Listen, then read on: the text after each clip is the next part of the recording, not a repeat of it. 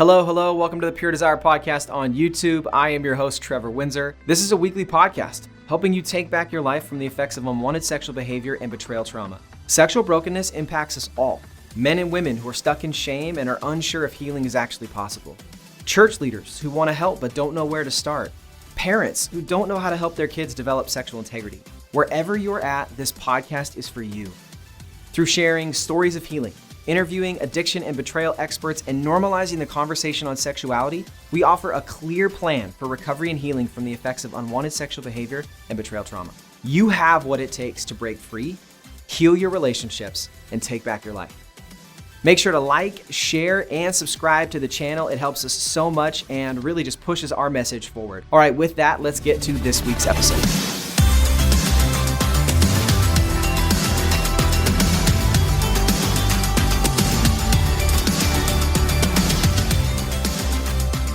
Dr. Adrian Hickmon, thank you so much for being with us on the Pure Desire Podcast. Thanks for being here. Well, I'm so happy to be here. I mean, you guys are like my favorite group in the whole world. You stand up for what's right, and you make a difference all over the world. And to be connected to you is just an honor for me. And that's our episode. We'll see you next week. Just kidding. Yeah. No, Adrian, with your experience, and Nick and I both got to spend time with you in the Pastoral Sex Addiction Professional certification with ITAP. And I would just say, personally, you are just one of the greatest. I just loved listening to you, listening to your heart, how you help people, what you do. And with that experience and expertise, both as an educator, as a therapist, we're just really excited to really dive in and talk to you specifically about the impact of sexual addiction. And I think looking over even some of the notes that were in the ITAP training, you have a definition of sexual addiction. And so how would you define sexual addiction, and what fits that criteria of making it an addiction? Well, that's a really good question that we could probably spend the whole time on.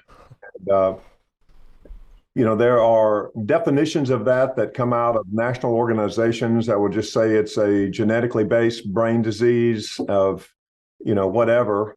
There's so much research that goes against that. I don't know how it still stands. If you go back 10 years and especially 20 years, and you go to a conference in the country, there's not anybody talking about trauma. It's all the biomedical model. And then 10 years ago, you started seeing a few people come in, Judy Crane being one of them.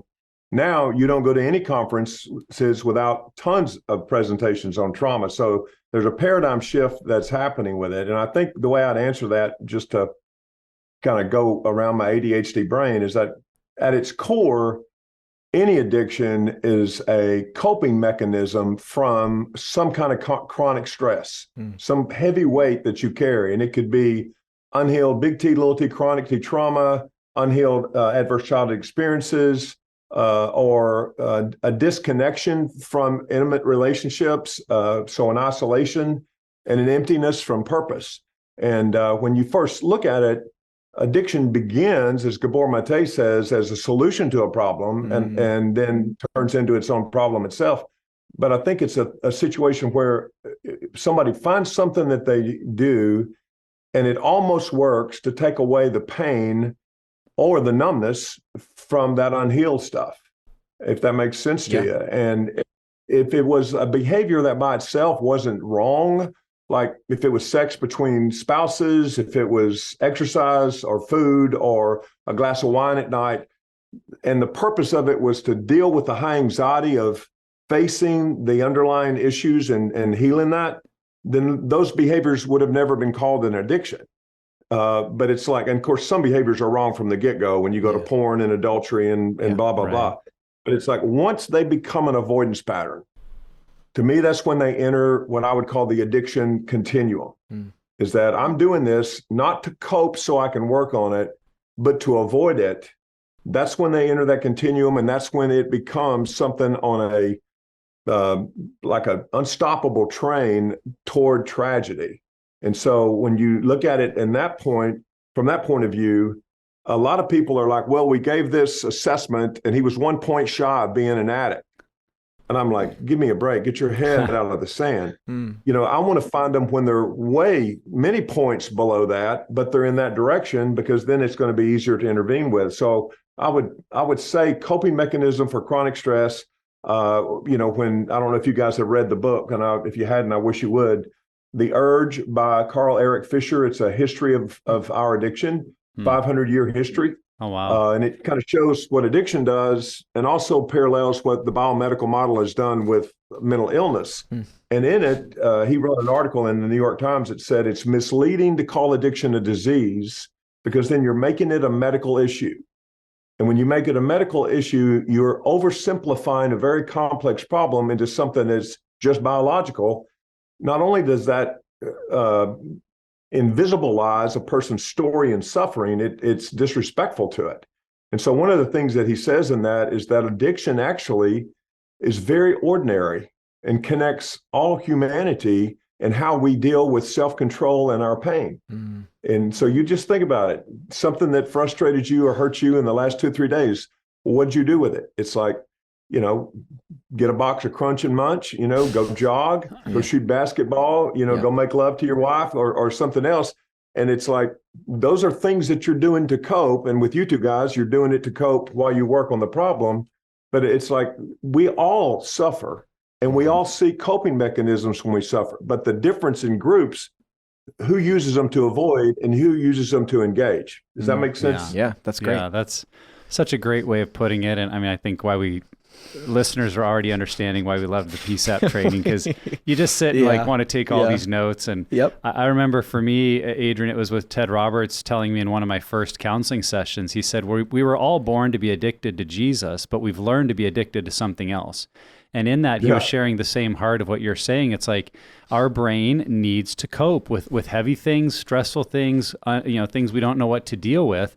But in an ideal, unbroken world, we would just always run to the Father, our Heavenly Father, who would comfort us, soothe us, assure us, whatever we need.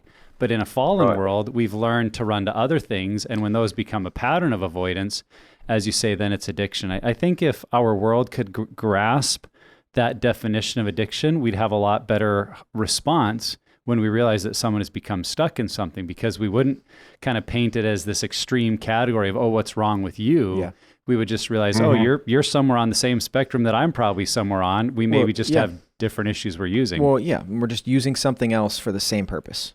Like use alcohol, porn, whatever it may be. Absolutely. And I feel like to me, that has helped me, my own journey, understand and experience empathy for other people. That someone may go to narcotics and use that, and I'm like thinking, what are you doing? Yet I'll go to Netflix or a book or alcohol or food to do the exact same thing. And so it has helped me to stop, or at least limit, I would say, casting any judgment that I might. Yeah. Right. Yeah. In other words, there's a fine line between the best and worst of us. Yeah. And when you say, hey, look at that guy over there doing that stuff, man, I would never do that. Right. My college football coach sat me down one day and said, boy, sit your butt down in the chair. He said, I hear you saying stuff about you do this and you do that if you were in a situation you had never been in before. And then he told me a story about him in Korea in the war, where he had practiced hitting the ground when he hit a booby trap and a grenade flew up in the air. And if you could be on your way down on number 2 out of 1, 2, and 3, you could survive it. And 3 came and he hadn't moved. He just stood there, and he was a pretty tough guy, but he froze in it. And he said, that's when I stopped saying what I would do in a certain situation, because we don't know. If you hurt bad enough, would you eat garbage if you were starving that bad? And the answer is, we would. So there's not a very far place between the best of us and the worst of us. Yeah. So if we think of addiction as an avoidance pattern, and we all have tendencies of things we want to avoid, how would you help someone maybe understand more on the front end if they're moving towards sexual addiction? How might they see that this is a pattern that's developing and maybe deal with it sooner? Well, I mean, anytime a person would get into a conversation like that with you guys, with me, with a friend, I mean, it doesn't have to be professional stuff. And the conversation is on the table about you're doing some of this stuff as a coping mechanism or as an avoidance pattern, then there's already been enough happened for that person to realize they've already got repetitions, is what I'm trying to say, of it not working. So when you've gone to this before and you've got this low and then the pain that comes with it, and you go seek this high, what happens next? I mean, before, this isn't your first rodeo, and what happens next is, they get shame. I mean, it's a legitimate, in that kind of situation, healthy shame. And there's even something bigger than that called toxic shame, which both you guys know about that. And so then the pain or the low gets lower, the pain gets more intense. So they have to seek a more intense high. And that's how the spiral starts. So first I would use what's already happened in their story. But then I think there's always an ace up my sleeve, and for your sleeves as well, because of being Christians, is that we know that person sitting in front of us is made in God's image. So when we get a young man here at Capstone, and some of them come in going, "Thank you, Jesus, for getting me to Capstone. Mom and Dad, I think I got it. Would you take me home on Friday?" And then others come in saying, "F you to everybody." And we got one that's just F you and everybody, about it. It's like, sometimes people look at that and say, well, he's so resistant, he needs to get out of here. But I know underneath that, there's a little boy who's really scared and hurt, and he wants the same things I want, even though he may not know it. And so I think knowing that person that is headed in that direction, Nick, like you're talking about, I know that that's what's on their inside, and they want something to be deep and good and fulfilling. And when you look at the way God made our brains, this is just a little sideshow here, but I think it will contribute to the conversation. John 10:10 says that the thief comes only to steal, kill, and destroy. But I have come that they may live life and live it to the full. And so when you think about our experiences of life to the full, how could you break that down from a neurobiology point of view? There are 3 neural pathways in the brain for pleasure. One is arousal neural pathway, one is satiation neural pathway, and one is fantasy. So taking a drug will activate only one of those pathways. Masturbating to porn will activate all 3. Sexual addiction will activate all 3. So here we have 3 pathways created by God. And so arousal neural pathway is dopamine and excitement and motivation and intensity. Can you use that in a godly way? Yeah. Or you can use it with some kind of dopamine releasing drug like cocaine or crystal meth. Satiation neural pathway is, I've got pain from a broken leg and I get some medicine, but also, have you seen the color change in the trees around Arkansas lately? It makes me feel that endorphin feeling inside. And then when you look at fantasy pathway, that's where imagination and hope comes from, that I can imagine something that's not yet and give me hope of getting from where I am, point A to point B. So it's really the same thing that's happened since the garden.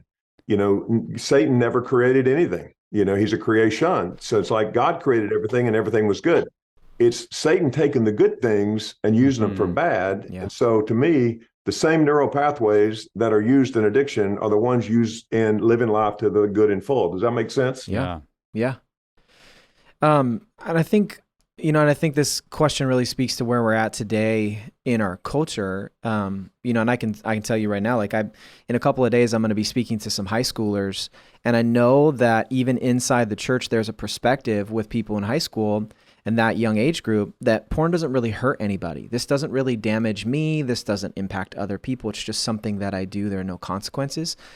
How would you respond to that? Like, what does sexual addiction damage? How does it damage us? What does that look like?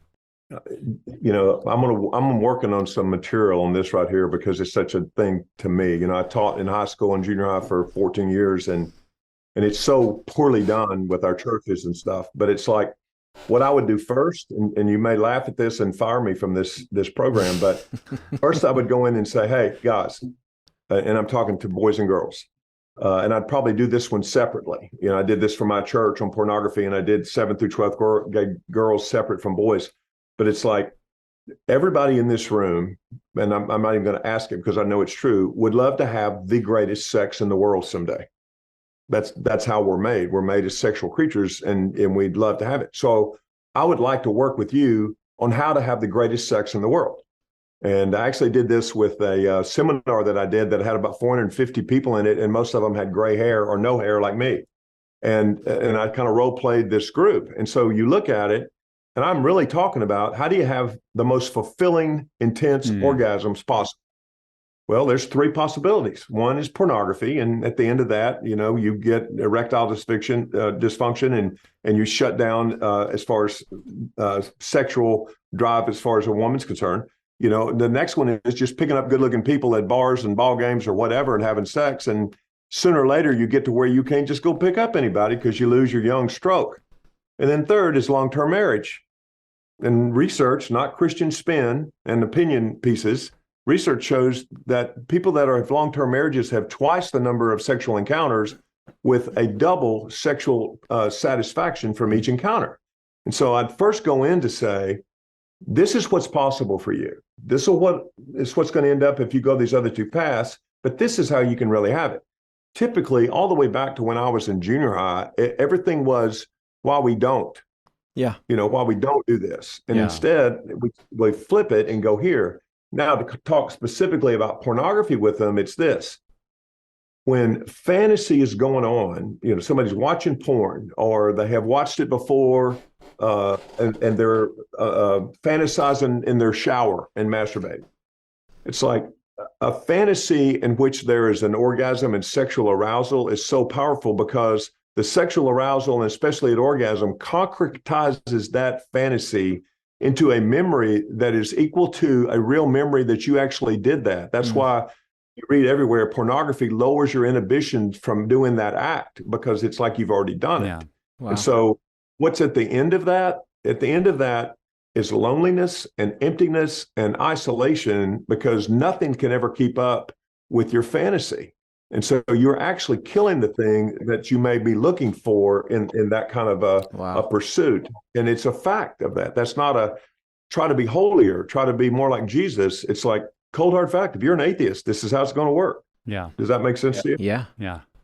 Gosh, that's good. The thing that I'm actually pursuing, if I bypass it with pornography, makes me not want that thing that I wanted in the first place. It's so trippy to me. It makes so much sense, but it's just not something that, I didn't hear that in church growing up. I didn't hear that in my household growing up, and so such good information to have. Yeah, well, it's really good to call out the contradictions in what we believe or think, because I think that's a really common one where people say, oh, it's not really hurting anyone. And you say, oh, well, then you should tell your wife or girlfriend or fiance about everything you're watching. Like, oh, no, I wouldn't do that. Well, why not? Well, they'd probably be hurt by it. Well, I thought you just said it's not hurting anyone, because if you told someone, it clearly hurt them. And I think a turning point for me too was even realizing kind of what you're saying here, Adrian, is that I'm being hurt by it. It's hurting my ability to be authentic. It's hurting my ability to feel like I'm real when I'm around friends. It's hurting my ability to see my wife for the beautiful person God made her to be, because now there's all these other images. It's like, if I can even start there, and I think in our world, we have to sometimes acknowledge people are pretty selfishly driven, but if you can start there with them saying, you're hurting yourself, just like you're saying, you could be causing erectile dysfunction. You could be causing this deep sense of loneliness. Like, if you say no one's being hurt, just start there and say, I'm being hurt. Yeah. And as an image bearer of God, I should at least be willing to say, I shouldn't do something that's hurting me and my future. Yeah. And, when you think about it, it's like I've worked with many couples that, the husband would bring pornography into the marriage to say this will enhance our relationship. It's kind of like taking ecstasy and then having sex like rabbits all weekend, thinking that this is helping our marriage. And, when they used to do that back in the 70s, and now they're trying to bring it back. But in the 70s, marriage and family therapists could give ecstasy out because it wasn't regulated. And they would do the wild thing all weekend. And they got to where the next Tuesday, they started calling them Suicide Tuesdays because they would go through this high and then drop back down. And it wasn't just a chemical thing, it was a relational thing as well. And so when you bring porn in, I think the stats are, and you guys probably gave me these stats that they're training, but it's 25% of married women watch porn. And the reason that's happening is their husbands, for most of them, are bringing porn in. Yeah. And it doesn't take someone very long to realize that if I'm having sex with my wife while we are watching pornography, that she will eventually figure out that I'm masturbating in her vagina and using the porn scene or the porn girls or whatever as my fantasy. That's what it's about. So it's so degrading and disrespectful. Mm-hmm. But what's happening, and this is a little bit of poetic justice, is that now 40% of the people that access online porn every day, Dr. Patrick Carnes says, are women. And so what's happening is now women are starting to look at some of that porn stuff, and then guys are looking at that and comparing themselves to it, and they come out, short, no pun intended, just like the women do. I can't compare to that centerfold. Yeah. And so it looks like it's going to be a pizzazzy, really good thing, and what it does is it kills the intimacy. Wow. Just kills it. Yeah. Yeah, comparison just destroys on both sides, male and female. So we do think a lot about, the dangers of erectile dysfunction and the things that, boy, you keep feeding yourself those fantasies of that high and it can't last. But you've mentioned this a little bit. Let's talk about the other side of it, that there is withdrawal. There's the downside. So what does withdrawal look like in sexual addiction? Well, it's basically the same thing. It's like if you had 10 people and you had, let's say 10 ways of getting high. So here's 5 prostitutes in one night, and here's pornography, and here's cocaine, and here's heroin, and here's alcohol, and here's a bunch of high sugar food and blah, blah, blah. And you let each one of those people try each one of those approaches to getting high for a month. So 10 months later, you're going to pull the brain out of their skull and interview the brain, not the person. And you're going to ask, hey, which one of those ways of getting high did you like the best? It's going to be a laughter fest by the brains, because they're going to go, you guys don't understand neurobiology, do you? Because by the time that affects us, it's only about neurotransmitter flooding. And so whether it was an actual chemical that went in and was a surrogate for a neurotransmitter, or a chemical that went in and caused more neurotransmitters to go out there, or a behavior that did the same thing. It's like Dr. Patrick Carnes says that moving porn for a male is 1,100% dopamine potentiation, which is equal to crystal meth and crack cocaine. It doesn't matter to the brain. So if you stop any of those when the physiological system is used to being able to get that high, then it has to reset itself. It's like resetting a thermostat. So while you'll have physical things from that physiological reset, when it's alcohol and heroin, those are going to be your worst withdrawals as far as the physical part. You will still have those emotional down withdrawals that'll make your body really fatigued, and you'll get discouraged and depressed from pornography, just like you would a drug, if that makes sense to you. So it's really the same. The thing that I would say that makes it more difficult is that you can stop drinking and stay away from a bar and a liquor store. You can stop snorting cocaine and don't use Johnson baby powder and get triggered by it. I mean, you can do lots of those things. But if you're sitting there watching pornography, it's very difficult, unless you go inside of a monastery, to not see the object of your fantasy by just seeing women. Yeah. So that makes it more difficult, you know, in the withdrawal. Well, does that make sense? Yeah, and we talked about it, a number of times on the show, that I'm not, and I know epigenetics can play into this a little bit, but like, I'm not born an alcoholic, but I am born sexual. And so, in that capacity, then like, it's not something that I can rid myself of. And I don't know, maybe there are people out there who could argue me now with the chemical stuff and things that are going on today, but like, I am born sexual. Therefore, if I'm using my body, and that idea of like the dopamine is the drug, that your brain is producing the drug that it's getting high on because of this, like the impact is, it's far reaching to alcohol. I could stop drinking alcohol. I could stop going to bars, but I can never stop being a sexual being, because that's how God has made me. Yeah. There's an adjective or a term, I guess you could say, that Dr. Patrick Carnes used, called high risk sex. He would say high risk. And when he first said it, I was like, what does that mean? And this is what he means. And it made so many marital therapy sessions that I've done make sense, is that you're born sexual, like you're saying. And so that's different than being born an alcoholic. But it's like sex as God intended. In other words, the greatest sex in the world, sex between those two married people. That's not what we're talking about when we talk about sex addiction. What we're talking about, he says high-risk sex, we're talking about sex that has a component that causes an increase in the dopamine release. And so they did a study once, and I don't remember who did it. I just remember watching the video, where there was a decently attractive woman in a pair of jeans and a polo shirt, very modestly dressed. And she walked down the sidewalk, and they had men sitting on park benches that didn't stand out, but, looked at her, and they were measuring arousal, 0. So they took the same woman in the same outfit, and I guess they went in some alley somewhere where it was like a 2 or 3 story building, and they put this little walkway across it, because it was like 18 inches and kind of like a ladder with a solid piece on it, and had handrails. And she walked across that, and they measured the same men, and all their arousal went up. And it was because of the perception of danger. So when you think about affairs, and this is something that I guess I could do true confessions of a marital therapist, but it's like I've worked over 600 couples that one or both were having affairs, mostly one.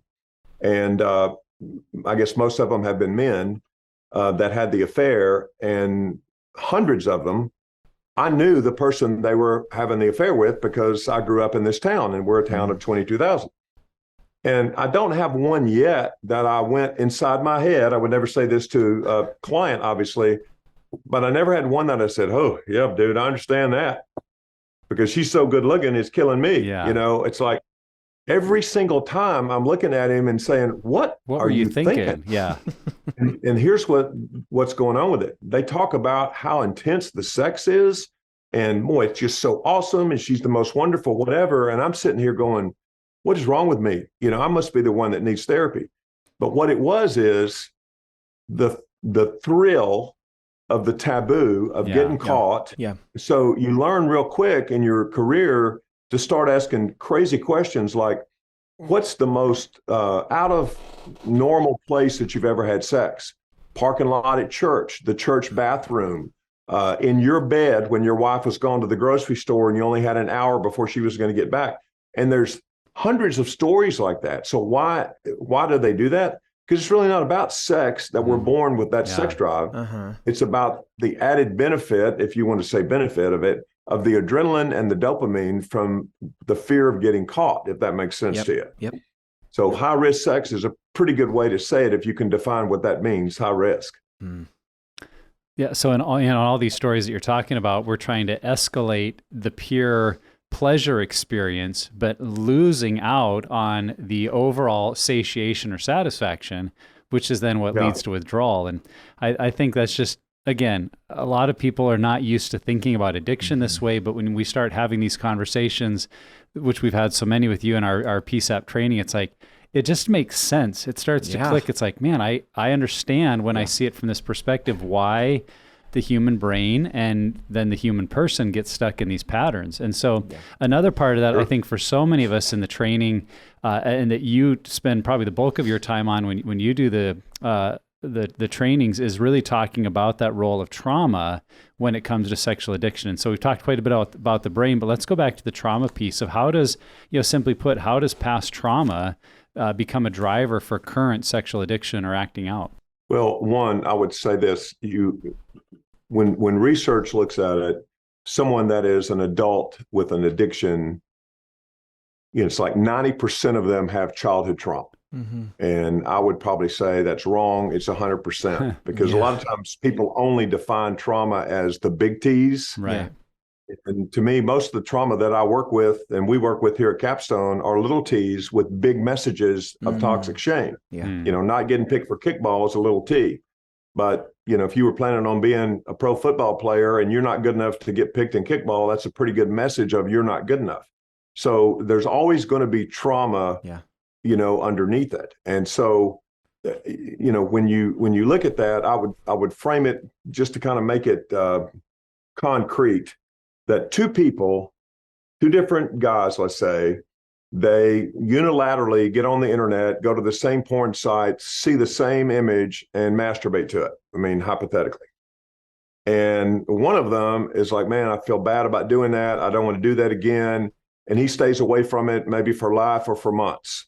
Maybe by the time he's married, he's seen it 5 times. But the other one, same exact thing that he's seen. And for him, it's so powerful, he goes back to it the next day. And then he starts going to it twice a day. And then he goes to it until his penis bleeds. And that's one of the questions you always ask people when it comes down to, tell me about your porn stuff.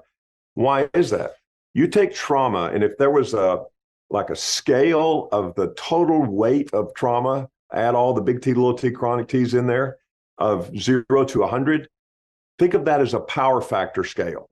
So if this guy over here's got a power factor of 1, because he doesn't have any of that stuff earlier, but this one has a power factor of 10 because of that trauma, then that one experience in masturbatory fantasy with that porn is going to be 10 times more powerful for this guy. Yeah. And so let's say somebody's got a 90 on that scale, which we work with many guys that do. You talk about divorce of parents, even if it's a merited divorce, that's one of the top two things, or top two big T traumas with children. You talk about a death of a parent. It's like, so you get those things and add sexual abuse and add a teacher saying, why can't you be as smart as your brother, whatever, then they look at that same thing and they've got something that is 90 times more powerful than this guy over here with one. Yeah. So to me, that's how trauma affects it. And I would say this, people may try alcohol, they might try cocaine, they might smoke a joint, they might try high-risk sex, picking up a girl at a party or pornography.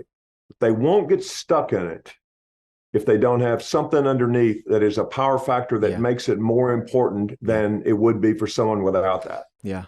So that's how important it is. So you're saying for the person with significant levels of past trauma, the impact of pornography will actually be much, much greater on them because of the trauma itself. No doubt. No doubt. And let's say it was a chronic T, like a dad that's a super high achiever, which is probably because he's trying to counterbalance the scale of his toxic shame messages as a child, and a mom who's driven, and maybe they're not as connectable by touch, and maybe they don't spend a lot of quality time together, and et cetera. And you've got this message inside this kid that, he's not capable of being an achiever like his parents. Yeah. And so you ask, did you ever get chewed out by a teacher? Did you ever get sexually abused? Did you ever get bullied, beat up, blah, blah, blah? And he's like, no. And you're going, well, why are you stuck in pornography? Yeah. Well, oftentimes it's that section of his own comparison, and his parents may not even feel that way at all, but he's trying to say, this is what they expect of me, even if they've never said it, and I can't do it. I fall short of it. So that's the ones that I think get hidden, and most therapists don't know to go look in at it that deep. Does that make sense? Yeah. One of the things I remember from, and correct me if I'm wrong if it wasn't in your session, but there was a video, Gabor Mate was talking about trauma is not what happens to you, it's what happens inside you as that thing's happening, how you're processing that information. Am I quoting that correctly? Yeah, exactly right. Yeah, exactly and that right. just that idea of it's not, because for me, I don't have divorced parents and I don't have, all these major traumas that a lot of people do. But like, I do remember peeing my pants in the middle of a math test in 4th grade. And that's still on my top 10 list of the most traumatizing things and the messages I learned. And, that a lot of that had to do with fueling my addiction. So another thing that you said that I thought was just so great was you asked the question, what makes this make sense? And that's what I feel like trauma, when we're informed on what has happened in someone's life, you told so many stories, and I wish we had time for all of them because they were so great, but that idea of trauma is what helps us make sense of a person's behavior, why they're pursuing these high-risk things, why they're pursuing pornography, why they're numbing out and avoiding, is because of all the pain and trauma they've experienced. And I just, to me, that continues to stick out from your session. Yeah, and what you asked earlier about, how do you help somebody that's on that path? I think you have to go in, and this is just like a pair of glasses that the lens we look through every single day at every single session is that what makes it make sense. And so here's a kid or an adult or a 75-year-old or whatever that's doing something in sexual addiction, porn, or anything else. And it's a behavior that's self-destructive. It is an avoidance pattern. It's in the progression spiral, all those kind of things. And seriously, to say that that's because they have a genetic disease and discount that there's any of these things we're talking about and simplify it to that, it's like, honestly, if it was a genetic disease, and with all the things that we have done with the genetic disease model over the last several decades, would we not be going down in the number of people that are addicted? Yeah, for sure. Just like depression with all the SSRIs and the hundreds of billions of dollars that have been spent on them. Would depression, percentage-wise in our population, not be going down? And it's skyrocketing. Yeah. And so I think it comes down to, looking at that, what makes it make sense, and knowing there's always an answer to that question. And when I say answer, I mean, there's always a jigsaw puzzle picture with many pieces that answer that question. Because like what you just said about the math test, it's like, take me to song leading class in the 6th grade, my first panic attack, and being laughed at by all those guys. It's like, that's not being raped. That's not anything else. But boy, the message of it and the toxic shame I felt about being not good enough and not belonging, I still deal with that, today. Not that the trauma of that, but I still deal with fighting that message inside of myself sometimes. This next question, I feel like there's a lot of, especially people listen to our podcast, they know, and the people who listen have been through this journey of addiction and betrayal, trauma, healing. But maybe from your perspective and your experience, Adrian, what are some of the bigger ways and maybe even some of the surprising ways that you see sexual addiction impacting marriage and relationships? Just in your work, what have you seen? Well, I mean, the betrayal of it, and betrayal is the hardest trauma that any human can go through. And I think that that's pretty biblical. Jesus was betrayed and crucified. And I think somewhere in there, that's why betrayal is so hurtful and damaging to us. But there's a breaking of the faithfulness. There's a breaking of the trust in doing that. And, we have a lot of Christian people, bless their hearts, that look at it. I just had one last week that I was working on, and it was like, you need to forgive that husband and pray for him and the other one and the woman he had the affair with, forgive him and forget and come home and let's leave everything alone. And it's like, that's not how it works. You have to do, the trauma work in doing that. And the reason it damages marriages so badly is, I've had non-offending spouses that want to say, hey, let's just do this one session. And I've given this to God and Jesus, and I'm ready to go home and let everything go on the way it needs to be. And I said, okay, let me ask you this question. When you're laying in bed at night and you close your eyes and everything's kind of stopped, you're waiting on going to sleep. You ever think about her taking her hand and unbuttoning that first button, and he gets the second one? And I kind of took her through a real slow deal, and she fell apart bawling. And it's like, that's what's really going on inside of her. And then on the outside, you've got this. So don't ever underestimate how hurtful and traumatic it is to the non-offending spouse. And what I tell my clients is, it is at the level of being raped, because it is a rape of the soul that you did this with someone else. Wow. But can you work through it? Of course we do. Most of those 600 couples did not get a divorce. We worked through it, and they found more magic in their marriage afterwards than they had before. Not that you would prescribe that.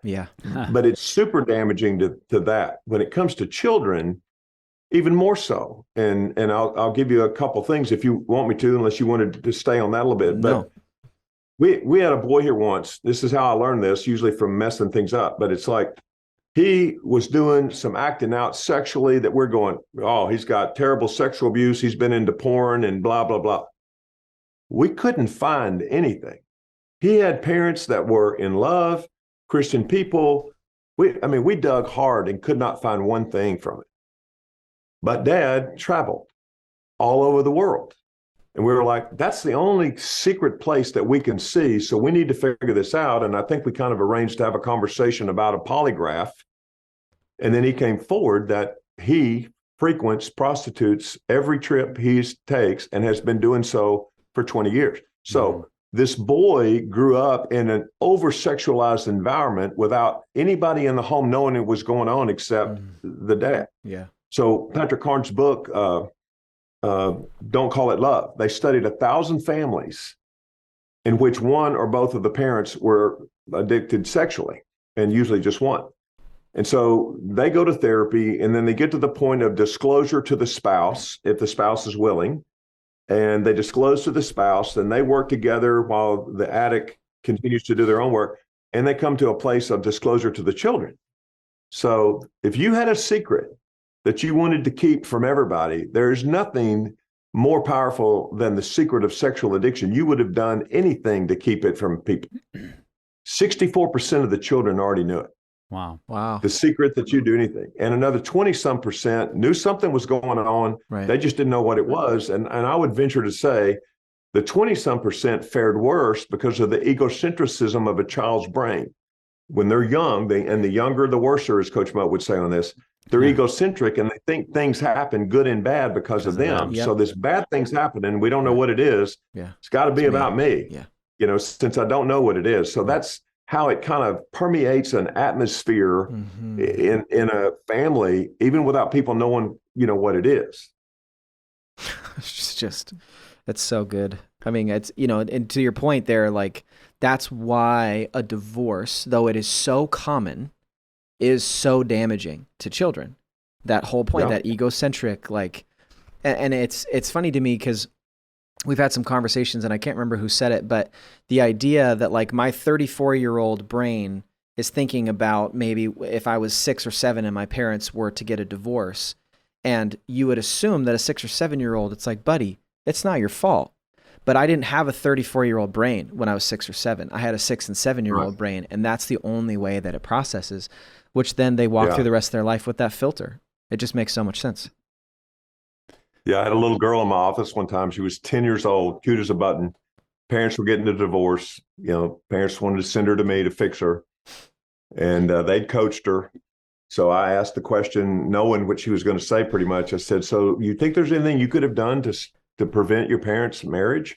She goes, oh, no, I know it's not about me. It's about them. And so I don't feel like I've got any responsibility in that. Almost like she memorized it. Yeah. So I backed off and I started talking about other things. And about 20 minutes later, when we were very intense on another subject, I just blurted this out. I said, hey, don't you think there's something you could have done different to stop this thing? And she went, oh, yes, if I just wasn't so fat. Whoa. And so that's what she felt all along. Wow. She was coached by that good intentioned person saying it's not you. But when I caught her off guard, she was able to say it. And then we got to do some work to try to minimize the damage. But you're exactly right. It's that egocentrism that, as cute as she could be, she thought she needed to have lost weight, and that might have saved the marriage. Yeah. Therapists are so tricky. Look at catching that girl off guard. Well, to me, it's just amazing how intuitive our brains are, and in relationships, and you know, trauma having so much to do with am I safe or not, and the brain's quest to just define am I safe, and when it somehow intuitively knows it's not safe, the way that damages relationships. And I think for people listening, this is probably a huge motivator of like, wow, this does hurt people. This is why I need to change. And that can be kind of scary and weighty and shame-filled and like, look what I'm doing.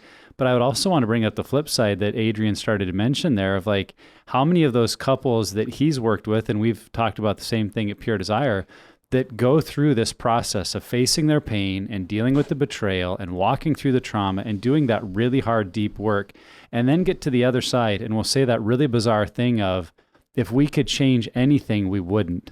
And you're like, what? Like, you're crazy. Like, you wouldn't change the affairs or the hurt or the pain. Like, if we could do it different, we wouldn't, because we don't know any other way we could have gotten to where we are today in terms of their marriage, their parenting, their kids. And so if you're listening to some of this about the impact of marriage and kids, and you're like, wow, I've screwed it all up, and what a failure I am, and what a horrible person. Like, you need to hear the other side, that if you will face it and do the work, there are countless couples that are also saying, but if we could change it, we wouldn't, because look what God has done. Look at the life and the growth. And I think that's where, again, the brain is intuitive, that when we do that work to deal with our stuff, to become safe people, to walk in grace and forgiveness, like that also impacts people around us. And so it really can be a very healthy motivator in our recovery process. Well, I hope I can respond to that well, because I got so much running through my mind. That's the best point of the whole night, what you just said. If you can imagine this, and this is a little bit of the evolution of the work that you guys have heard me present before, and I've got it in the book, and we got an editor going on it right now, but it's like, imagine being born and being called the original self, okay, your original self. And I ask people first, do you remember when your child, one of your children, your grandchildren would do something, and whatever they were doing, you could look at them and say, they are nothing but sheer delight. They are so delighted in themselves and what they're doing, and they have made everyone in their presence full of that delight, and they know it. And I tell about my granddaughter and I dancing to Wooly Bully, and she calls it Woody Buddy because she can say her L's, and I'm holding her hand and she's spinning, and it's over the vent in the floor of the air conditioner, and it kind of blows her dress out, and she just gets that sense of wonder look on their face, and it's just sheer delight. Everybody can say, yes, I remember my child, I remember my grandchild, doing that. And that's original self. Then I asked, can you remember when you brought that kind of delight to the room? I've asked hundreds, never had one say they could remember it. So what happens in that? Well, I believe this is where the heart of spiritual warfare is. It's when the toxic shame deception or the toxic shame messages come in from not being invited to the party, or a parent saying you're not as smart as your brother or sister, or a sexual abuse or a divorce or whatever. And now it is this deception to create something called the toxic shame crucible and redefine who you are into something called learned instinct. And so most people get to that, and guys like us, we're kind of, hustlers, we're going to fight, we're going to achieve something. And so we try to do something so special that we kind of invalidate those messages, which never works. Now we can achieve a lot and we can do some good with it, but there's going to be a lot of collateral damage to our children, and we're not going to ever solve that. So when you go to battle with the toxic shame messages and come out of it, and I did that in my 50s, then you become what I call the divine instinct.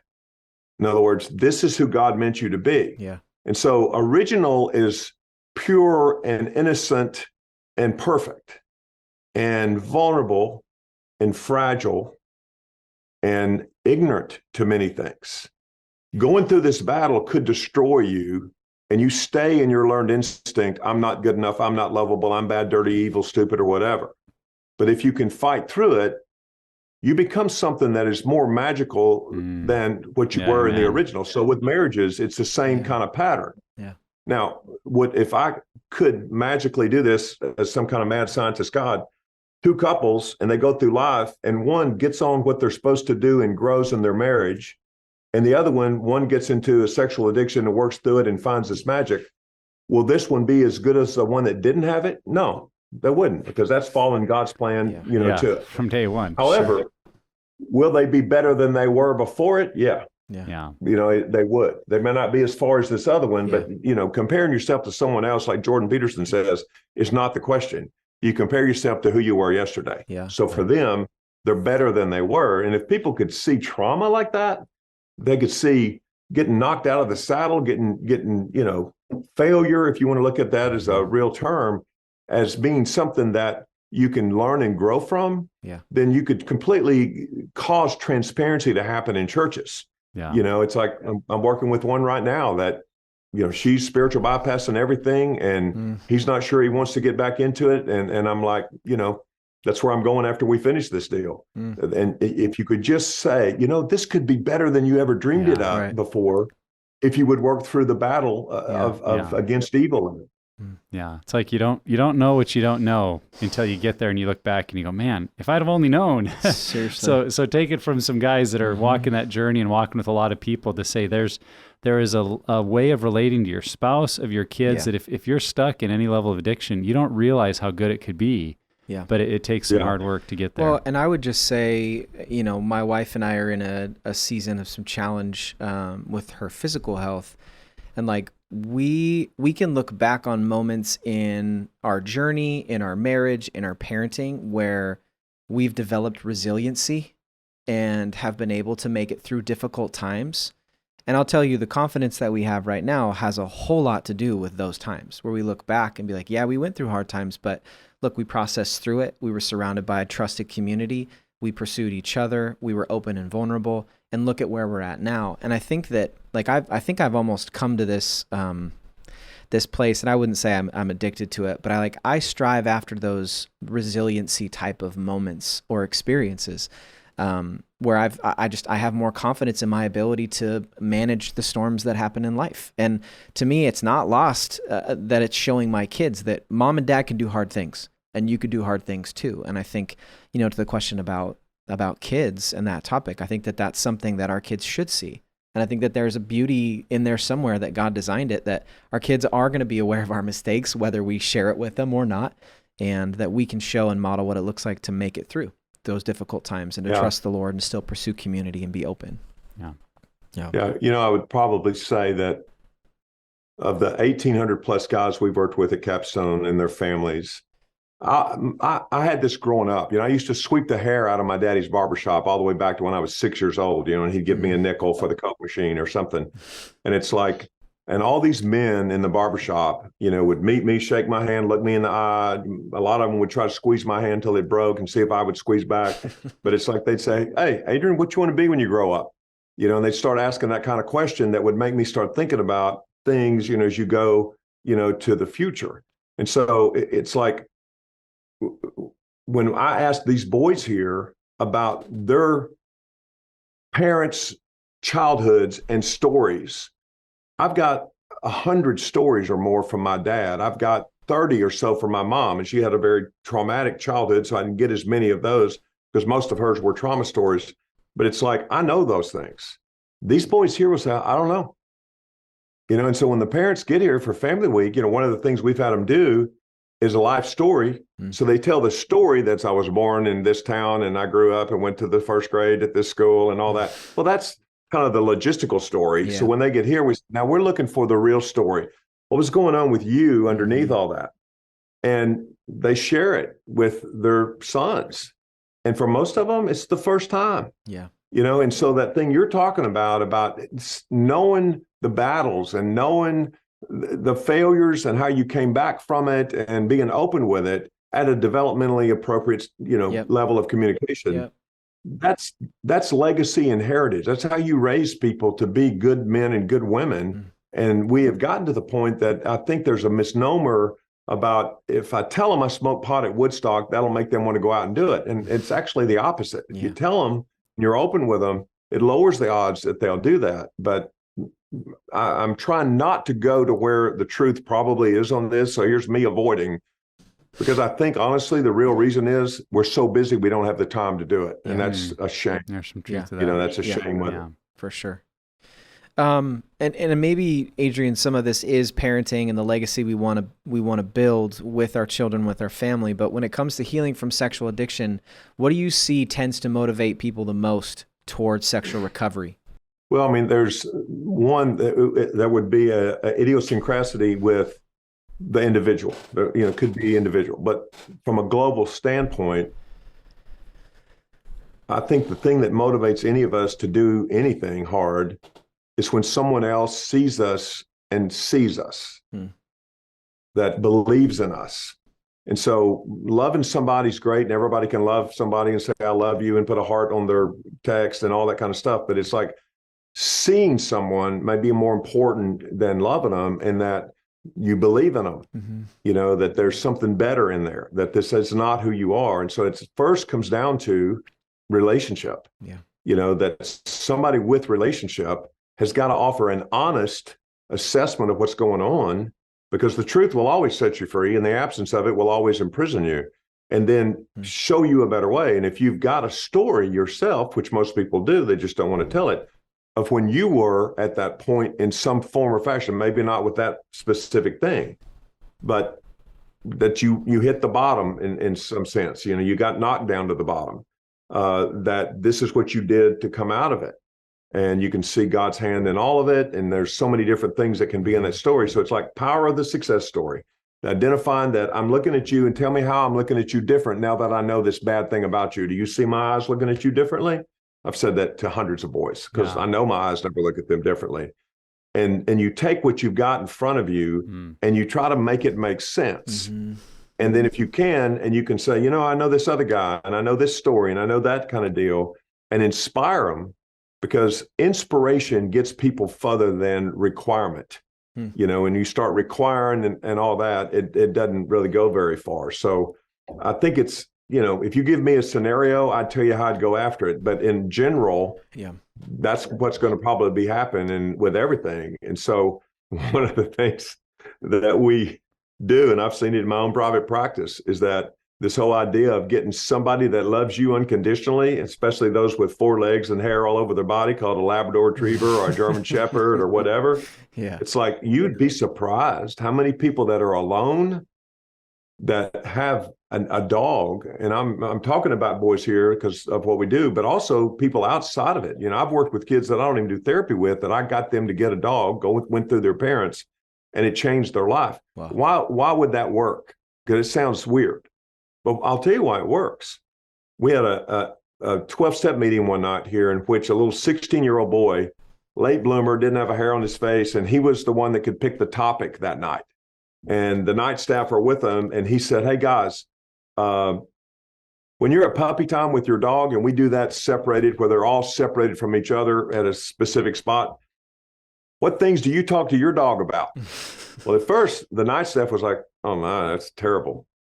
They said it was the deepest group they had ever heard in their lives, because they're going there and having the total attention, unrestrained conversation about what's going on with them with these dogs. And what do those dogs do is they look them in the eye and they give them sugar and they lay on them and all this other. And so when the boy is saying this, he's petting the dog and the dog's getting an endorphin release. The boy's getting more endorphins because the giver of touch has more endorphin release than the receiver. So it's like, that's what all of us need. We need somebody that can see us and love us and connect to us like that. And sometimes a human is too untrustworthy because of what kids have been through. Yeah. Boy, what a powerful statement, just of the power of connection and of being seen. And, you know, it makes me think of Dr. Kurt Thompson, who says that we're all born looking for someone looking for us, and it never stops. That feeling of like, am I seen? Am I known? Am I valued? Even if you know the worst of me, will I still be seen? Will I still be known? And when some of those deeper questions get answered, like we find, oh, that's really what I've been looking for. That's what's under all this other stuff that I've maybe been running to. So such a cool way that you guys illustrate that or help young men learn that through the connection with a dog. That's pretty awesome. You know, and he also says this, and this is in the Anatomy of the Soul book. I don't know which one that you're talking about, but he says the idea of intimacy is about to know someone fully and to kind of like, and I always do this, pull the armor off and let someone know you fully.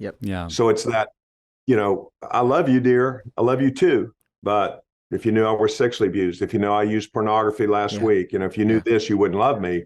And so that transparency part of the things you guys know as the 12 trust bridges, that's what allows us to know and be known by. And when someone still looks at you and loves you, when they know your story and know what's going on inside, that's where the magic really happens. You know, that's exactly where it happens.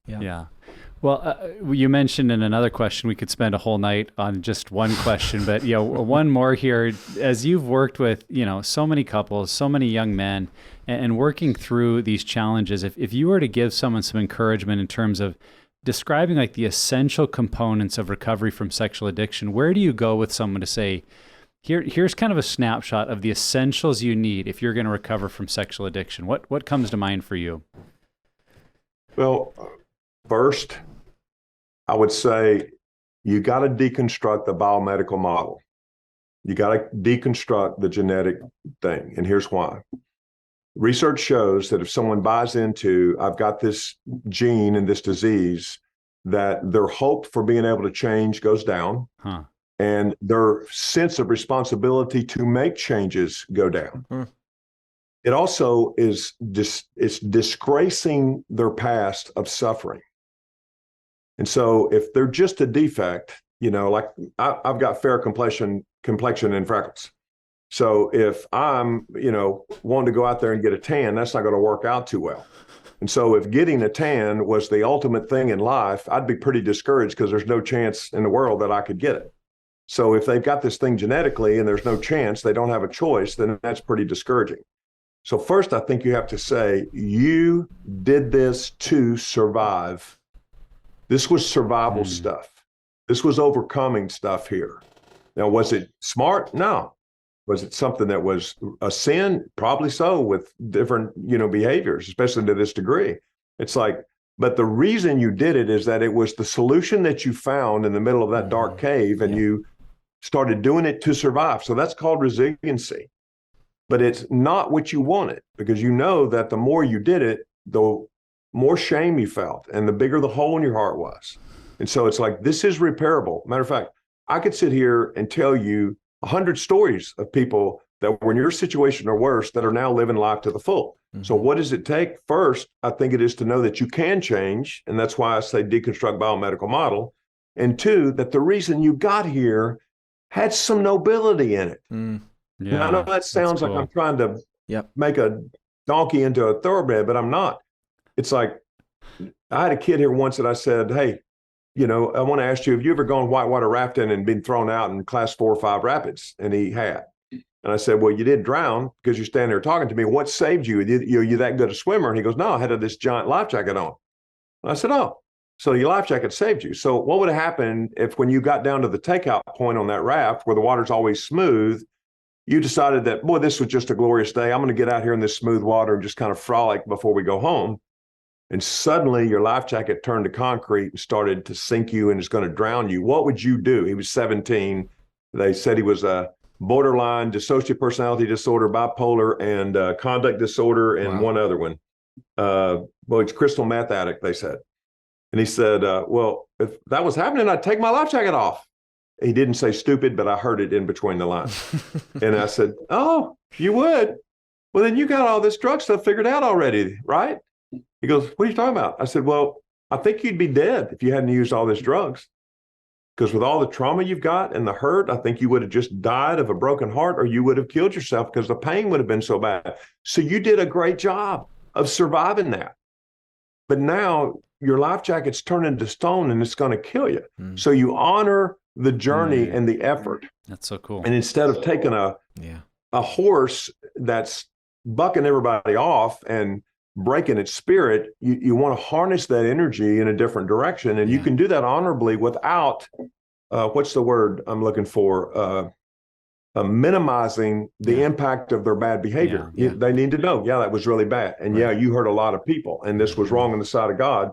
But the reason you did it was this. That's the what makes it make sense question you mentioned a while ago. That's to me the first thing that you want to do with them. And then what's happening is that's happening. Well, if you get in a group, and y'all's groups have got to be the best in the world on this, you get around other people and they tell their story, and most of them tell it really well. Some of them will, glory day it and some of that stuff. But there's going to be some people in every one of y'all's groups, and I'm willing to bet money on this, that will see that person and do that, really seeing them and believing in them and honoring their struggle and resilience. And when that one person does, that changes something in that kid. And so then you build off of that is what I'm trying to say. If you can show them something, and you know that I use the hole in the heart and the arrows in the heart of how this was their attempt to survive, then they come out of it with, I had agency in this. I had agency in this. I was captaining my own ship and did something that had some really bad parts that could have cost me my life, may have cost somebody else their life. We've had that several times. But this is why I was doing it. And now I have the agency to turn this ship's direction. And that to me is how you, not in a conversation, but over a period of weeks that you get that done. Yeah. Even that is powerful. Yeah. Even that is powerful though, to make that comment. This is not something that happens in one conversation or in 10 conversations. This is something that happens over months and months and years potentially. So to give it that, give it that time and space. And even in that, Adrian, to what you were saying, giving it that time and space is a way of honoring that person's story, is a way of honoring the process of them coming out of it. I got to add one more thing if you guys have 1 minute to that. When you talk about trauma, unhealed, so you went into fight or flight and did not lead to safety, so you went into freeze, fawn, or flop, depending on the situation. Then what happens in that is that the thalamus of your ligament, what word am I looking for here? Of your limbic system gets overwhelmed, and it doesn't do this, but it's like it fragments out, and it sends fragments of the experience, and that's why you remember it in little snapshots, like little pictures going across your mind. It messes up your alarm system.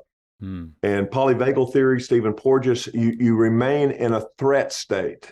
So some people being in danger or a threat state is this, and other people it's this, and others it's and trying to please everybody in the room.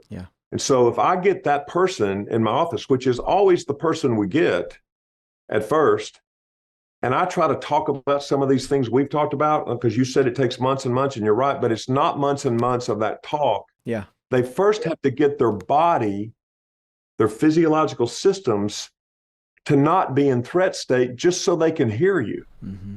And so things that you do physically, it's like sleep, eat, and exercise are going to be really important in lowering that. But then there's EMDR and brain spotting and neurofeedback, and we're being trained this week in a thing called sound and safety protocol with the Stephen Porges polyvagal theory people and all that. None of it is saying, tell me about your abuse, your parents' divorce, your toxic shame messages. None of it's any of that.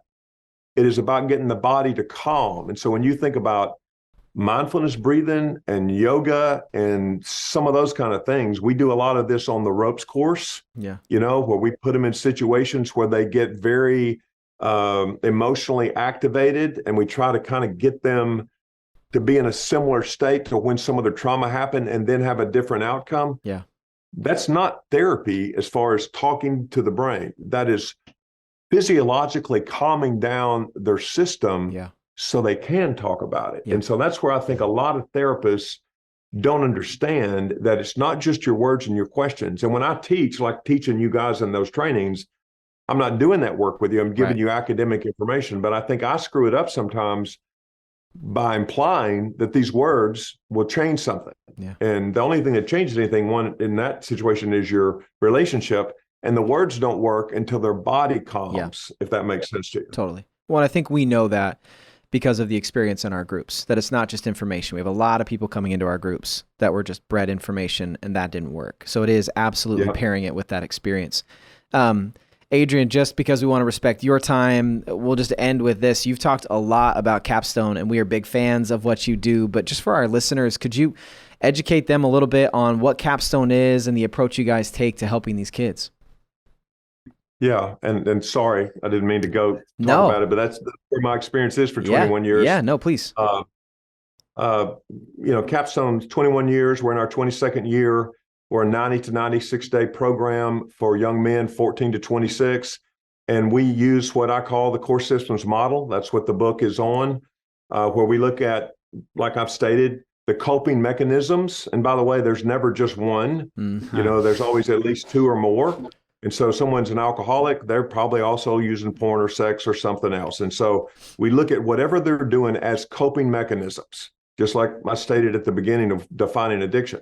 But then we look at what's going on inside in the core being system, and that's where you find attachment, incapacity, trauma unhealed, ACEs. And then we look at the third context, which is called the context system of the family, and could be local church, local town, depending on the kind of community it is. You have to work on all three of those at the same time, because if you just work on one, they go back into the same system. It's not going to change, and we do that in a very intense way. I only let therapists see 2 boys at one time, because if I wanted to become very rich, I would let them see 8, 10, 12, and we do group almost every day. That way you could get it done. But we wouldn't do the work that we do, wouldn't have the success. If you're going to go deep like we go, and we sequence every week to go a little bit deeper. We don't start off with trauma work on week 1 or 2. We start off with connecting and kind of move our way down to sexuality week, and then trauma week, and then family week, and we go deeper every week.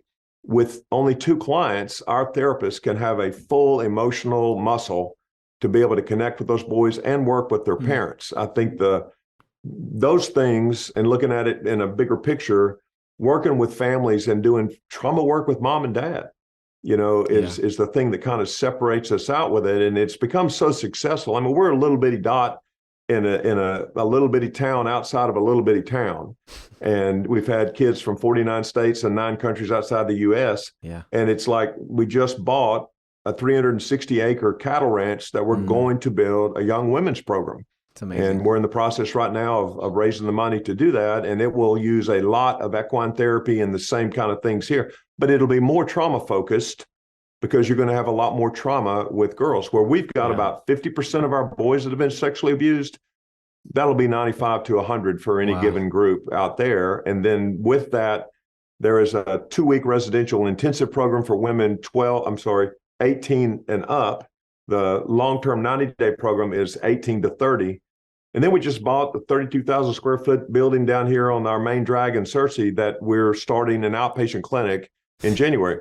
Awesome. All of it is because this model of those 3 core systems is what needs to be happening with people, you know, and I beg people that even are the diehard medical model people, biomedical model people, that if you would just take things like the old overhead projector transparencies and lay it over what you do, but address them, you know, not that I agree with medicating to the level that a lot of people do it and all that, but it will change your practice. You will help a lot more people. So we're been blessed by God in this thing, and we've been very successful with it. Not as good as we're going to be, because we're going to get better every day. Yeah. And now God's opened it up for us to expand like that, where we give puppies now to boys when they get here and they take them home, which honestly is one of the best things that we've done. Yeah. We get puppies that die at age 13 and 14, and a boy calls us back that we hadn't talked to in a decade, and he wants another puppy out of the same bloodline. And I'm like, well, you know, if your puppy's dead of old age, the parents probably have already gone too. So it might be a little bit difficult. Yeah. You know, we're not giving horses away at the women's center. We're going to use them for